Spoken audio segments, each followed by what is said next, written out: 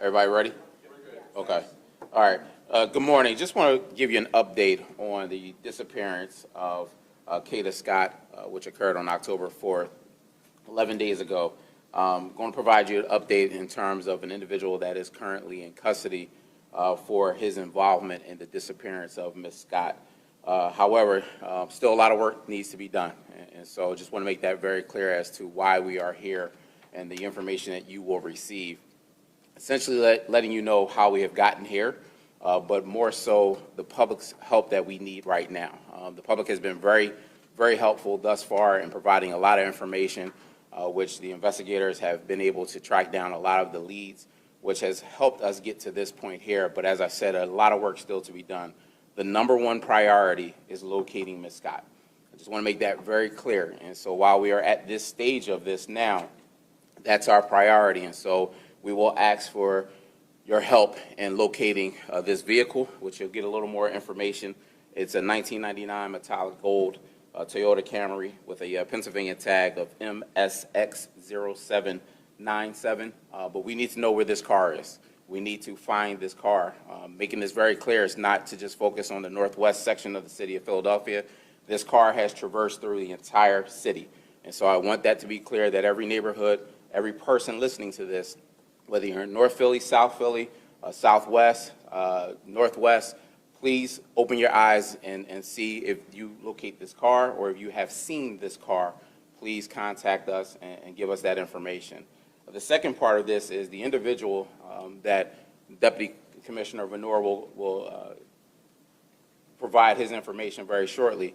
Want folks to understand this person has a little bit of a pattern of this type of history.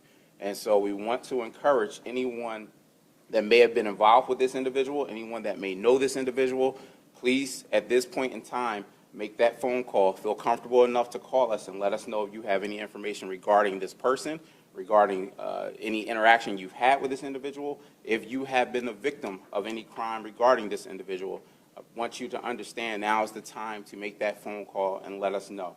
Give us that information so that we can continue on. Again, just want to make it very clear that a lot of work has been done, starting off with Northwest Detective Division, and then this case shifting over to homicide, making it very clear that the case was shifted to homicide because we have the most experienced investigators in our homicide unit.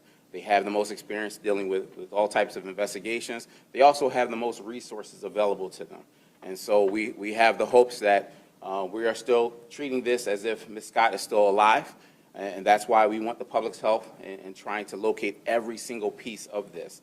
But I just wanted to make that clear because I know there's been some reports once it shifted over to homicide, folks not understanding the why. And so that's the reason behind that. At this point in time, again, appreciate the help that we've gotten. I want to turn everything over to Deputy Venor to go into more details about the individual that has been taken into custody and some other pertinent facts of the investigation. All right, good morning. Just to reiterate what the Commissioner Stanford said, we've been investigating this since Saturday, October 4th in the evening, the last time Kada Scott was seen at her place of work up in Mount Airy area. Our evidence that we followed, and we did involve a lot of investigators on this, led us to several places, that digital evidence, and as everybody knows, we searched a very large area up in the Aubrey Arboretum, and we came up really with negative results. After that time, we asked the Homicide Division, the FBI Violent Crime Task Force to enter into the investigation to assist. All right, and we continued our search trying to track Ms. Scott's whereabouts along with anybody she may have encountered during that time. Our evidence is pretty clear that she was in communication with an individual. That individual appears to meet her very shortly after she leaves her place of work. And very shortly after that, she disappears off of the footprint. We have a lot of digital evidence, video and other, which provides us with this individual by the name of Keon, K-E-O-N, King, K-I-N-G.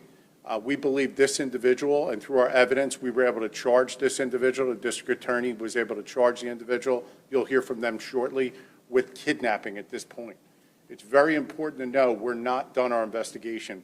We need to find Ms. Scott, figure out where she is, or what may have happened to her to cause her to completely disappear from all her items, her phone, her Instagram, social media sites, and everywhere else, work. She left her car at that location.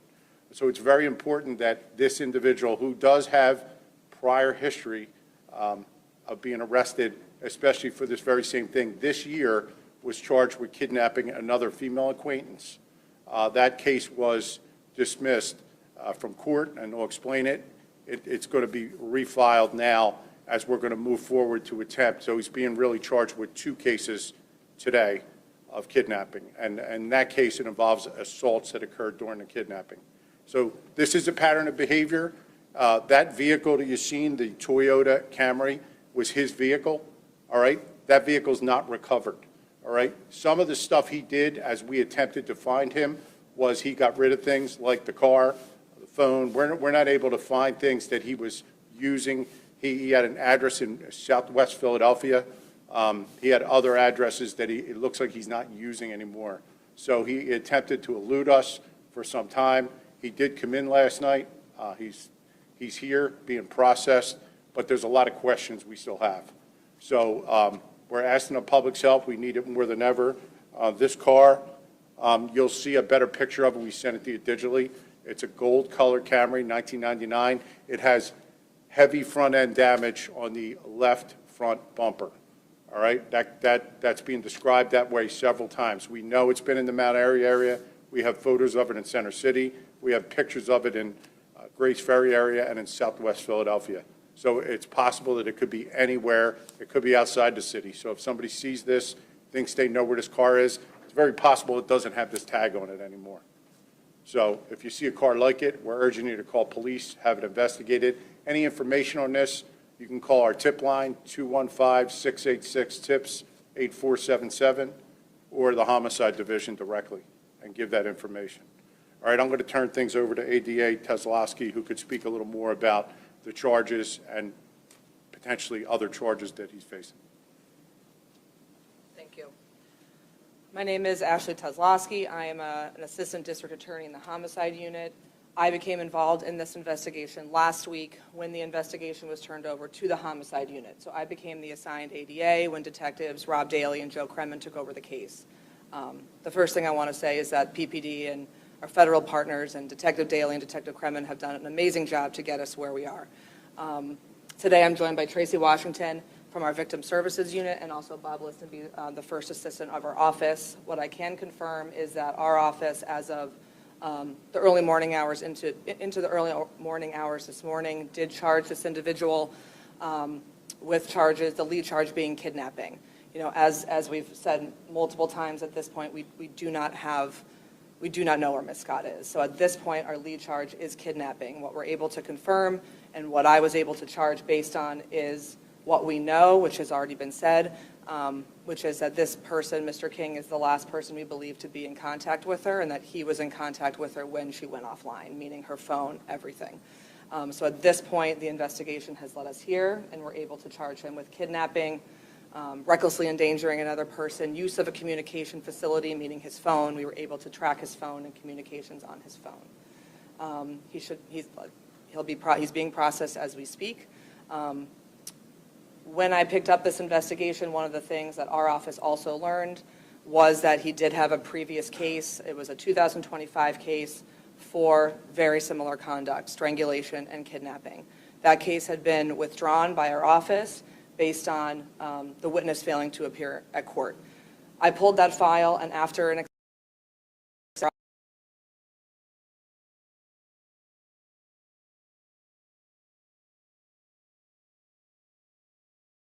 yesterday. He was served on that as a part of our conversation with him.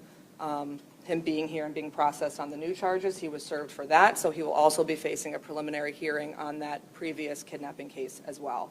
So at this point, he will have 2 open kidnapping cases that will face preliminary hearings in the coming months.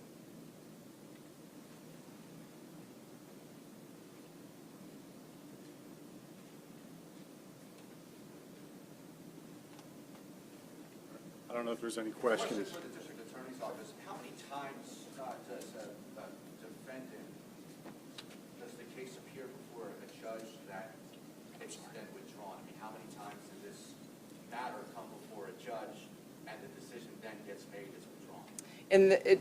It depends. In this specific case, what I could tell you is that after the first listing, when the victim failed to appear, the case was marked what I'll call must be tried, which is a little bit of a court lingo, but basically saying if it's not tried by the next listing, it'll either be dismissed or withdrawn. It was marked that way after the first listing when she didn't appear in court, and then at the second listing, when again we didn't have the witness or the victim in court, it was at that point withdrawn, given the previous marking. Do you have his date of birth? I do not, but I'm sure we can get that. Yeah, I'll get The video of the seeing of the vehicle in the area of the Arboretum, do we believe that's the vehicle that? This vehicle has been traveling all over the city. So we do believe this video is involved in what we're talking about, and we have it all over the city in concert with how he's moving as well. We have it. Yep, we have the date of birth for you. It is 5/6/2004. So 5/6/2004. Do you guys know how the two knew each other, how long it had been, and is this the specific individual that Kada had expressed concern about, specifically harassment? I'm not willing to comment on that at this time. That's still very much being investigated in terms of their relationship and how long they knew each other. So the significance of the car right now, the urgency, if you will, can you address why you believe people need to find this car?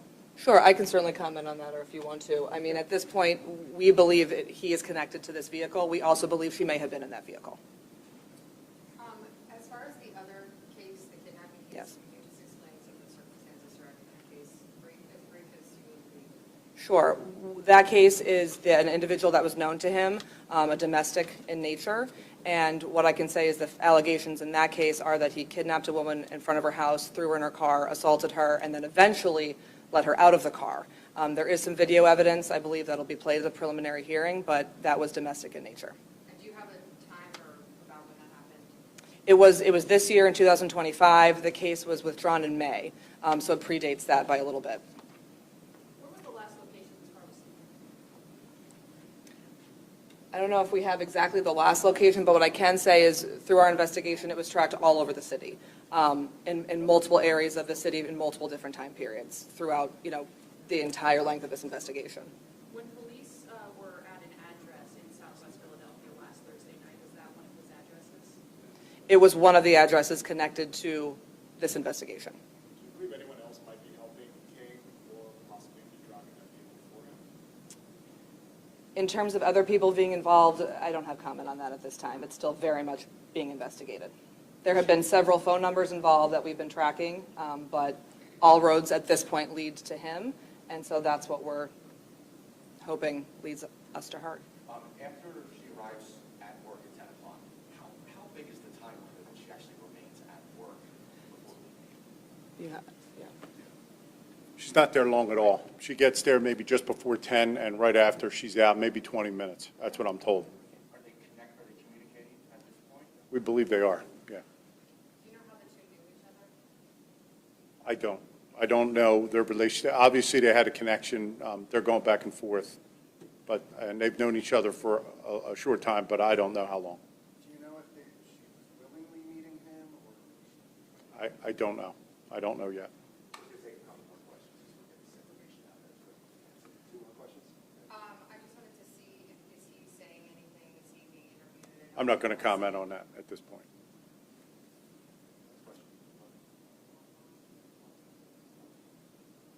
All right, good. The Philadelphia Police Department urges anyone with information regarding Kada Scott's whereabouts to contact the Northwest detectives at 215-686-3353. Our prayers are with her and her family during this agonizing time.